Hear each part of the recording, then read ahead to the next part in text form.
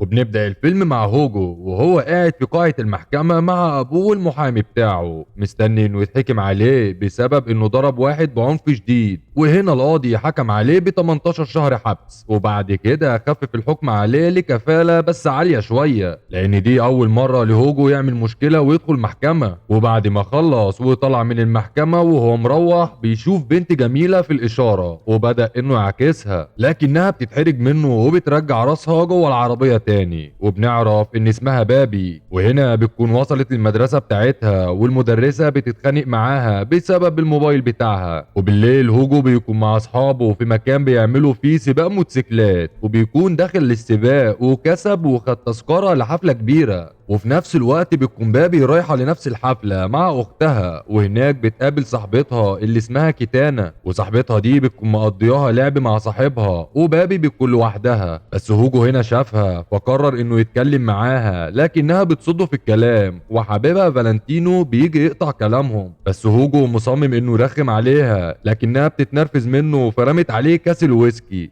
فقرر هوجو انه يشيلها على دراعه ويروح يرميها في حمام السباحة، فالحفلة خربت خالص بسببه، وبيكون فالنتينو رن على الشرطة. وهنا هو واخد بابي ومروحين وهي متضايقة منه علشان ما ضربش هوجو لما رماها في حمام السباحة. وشوية وبتظهر مجموعة موتوسيكلات وبيرخموا عليهم وفضلوا يضربوا في العربية، ولما وقفوا على جنب بيلاقوا ان ده هوجو، وبينزل يضرب فالنتينو علشان اتصل بالشرطة وهم في الحفلة. وبابي هنا بتدافع عنه لكن المعلم فالنتينو كان جبان وخد العربية وهرب من المكان خالص. وهنا هي بتطلب من هوجو انه يوصلها للبيت بتاعها، فهو خدها وراه ووصلها. وهنا امها وابوها شافوها هي واختها اللي لسه جايه ورا واحد هي كمان على الموتوسيكل، فامهم بتتعصب جدا بسبب كده. واخت بابي هنا بتعرفها ان هوجو بيحب اصحابه ينادوه باتش لانه عايز ينسى اسمه لسبب محدش يعرفه. وهنا هو رايح لاخوه الغني وعمل عليه حوار مع صاحبه علشان ياخد منه فلوس، ورايح لباب المدرسه ومعاه صاحبه اللي عايز يكلم كيتانا باي شكل. وصاحبه فعلا اقنع كيتانا انها تروح تتغدى معاه، بس بابي مش بترضى تروح معاهم لانها بنت محترمه. وبالليل هوجو بيتعشى مع ابوه في القصر بتاعهم، فبيسال ابوه على امه اللي مسافره مع صاحبتها. وتاني يوم بتكون بابي وكيتانا بيجروا سوا،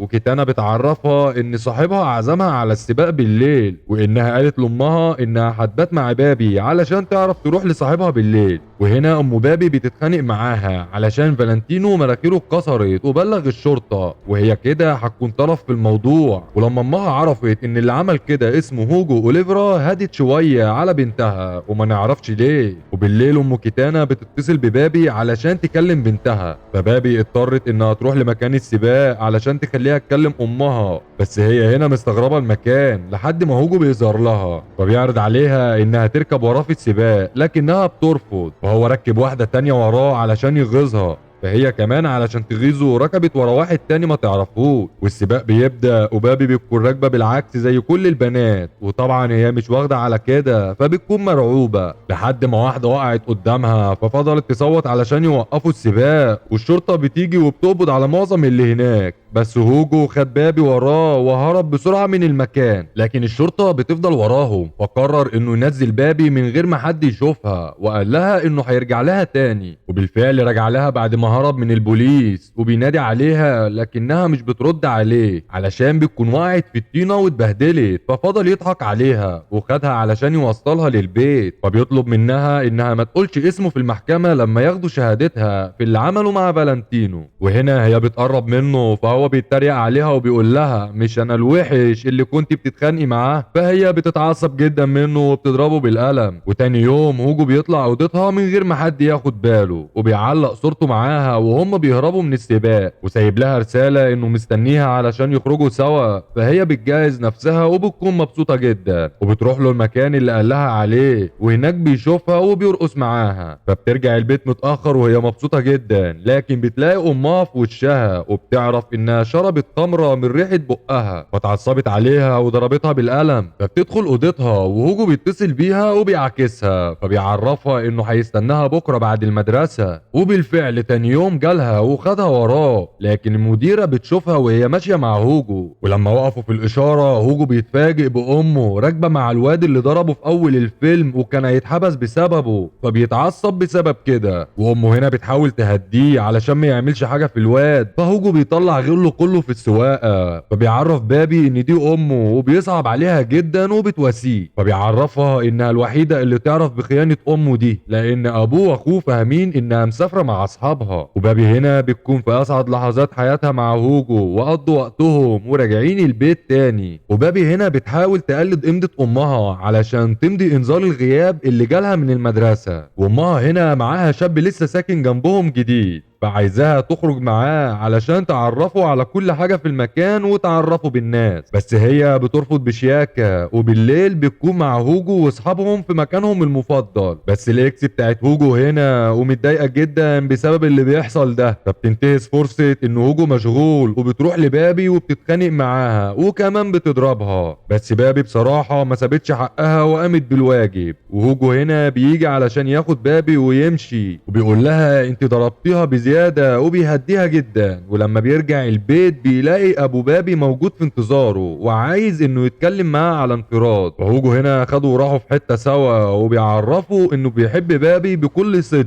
وانها غيرت فيه كتير وكمان مشجعاه على الحياة. وفي البيت اخوه بيتخانق معاه بسبب القضية بتاعته ومش عاجبه اللي بيحصل. وبابي داخله المديرة بتاعتها بالانذار، فالمديرة عرفت انها مش قيمة امها، فاستدعت امها علشان تاخد بابي من المدرسة.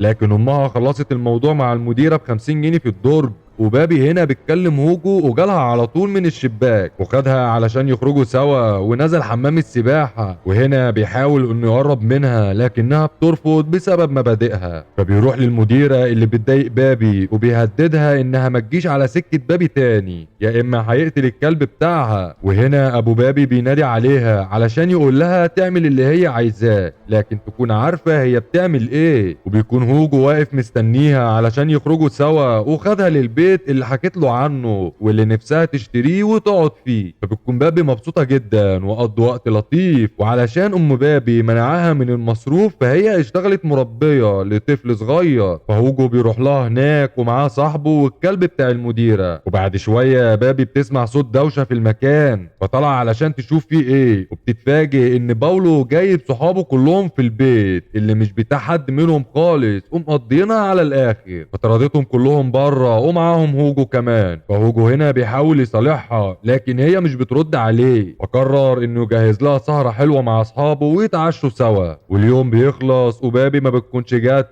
فبيتصل بيها وبتعرفه ان الخاتم الالماس ضاع من الشقه من ساعه ما اصحابه كانوا هناك، وفي مشكله بسبب الخاتم ده. فهو راح على طول لاصحابه اللي كانوا هناك وهو شاكك في واحد فيهم معين، ففضل انه يضرب فيه لحد ما الواد كان هيموت في ايده. بس بتيجي حبيبته القديمه وبتعرفه ان هي اللي خدت الخاتم وبتديهوله في ايده. فهو خد الخاتم وراح لبابي وفضل يخبط على الباب وهي مش راضيه تفتح لحد ما قال لها ان هو معاه الخاتم. ففتحت له وبتشوفه وهو متعور بسبب الخاتم، فخدته الاوضه بتاعتها علشان تعالج وشه. وهنا بيكون معاك جلسه هوجو والقاضي بيسال بابي عن اللي حصل بين هوجو وفالنتينو، بس بابي بتفضل ساكته شويه وانكرت ان هوجو ضرب فالنتينو، وبتعرف امها انها بتحبه ومش هتقدر انها تاذيه. وهنا بتعرف انها نجحت وجابت درجات عاليه على الرغم انها كانت فاهمه ان المديره هتسقطها. وهوجو هنا هيرجع الكلب للمديرة، وبابي بتكون عارفة الكلب طبعا، فرايحة علشان تشكر المديرة لكن بتتفاجئ بالكلب عندها، فبتفهم اللي حصل كويس. فبتروح لهوجو وبتعرفه انها عرفت كل حاجة وزعلت منه جدا. وبيجي يوم عيد ميلادها وجارها الجديد واخدها للمكان اللي عاملين فيه الحفلة بتاعتها. وهوجو طبعا مش بيكون موجود معاها، لكن شوية وبتتفاجئ بيه انه جالها عيد الميلاد، فبتكون مبسوطة جدا وبترقص معاه. وفي الوقت ده بيكون باولو وكيتانا راكبين موتوسيكل وعاملين سباق، وفي لحظة ما الكاس وقع على فستان بابي كان باولو وكيتانا عملوا حادثة بالموتوسيكل،